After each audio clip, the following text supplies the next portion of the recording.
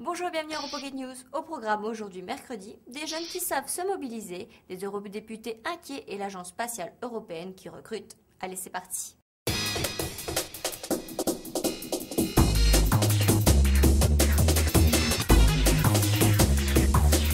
Dimanche, les jeunes étaient à l'honneur. L'actuelle présidence européenne a réuni 150 jeunes des États membres de la ELE des pays des Balkans occidentaux pour débattre de leur rôle en cette année de dialogue interculturel.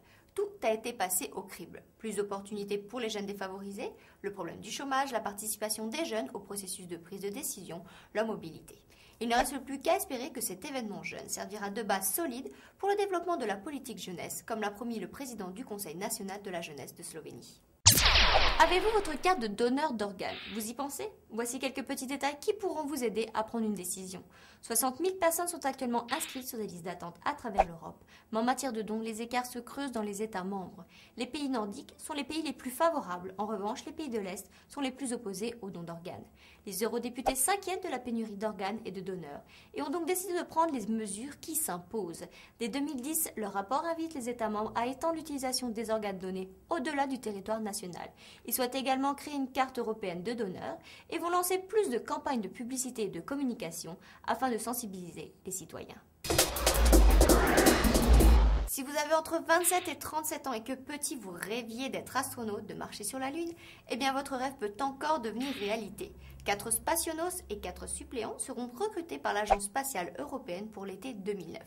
Des missions de 6 mois leur seront confiées sur la Station spatiale internationale, mais pas de faux espoirs car la concurrence sera rude.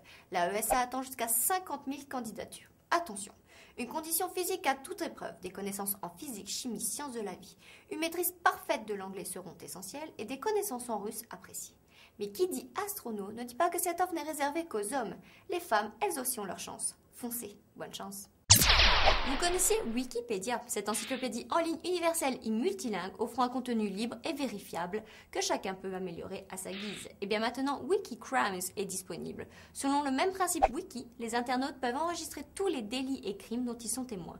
Derrière cette initiative, un ingénieur brésilien, Vasco Furtado, qui souhaitait défier les taux officiels de délinquance de son pays, tout en sensibilisant les citoyens et en les aidant à se protéger. Les détectives en herbe pourront s'en donner à cœur joie, mais quant à la fiabilité, c'est à revoir. Voilà, c'est tout pour aujourd'hui, mais rendez-vous demain ici même à Europocket TV pour la suite des news européennes. Ciao!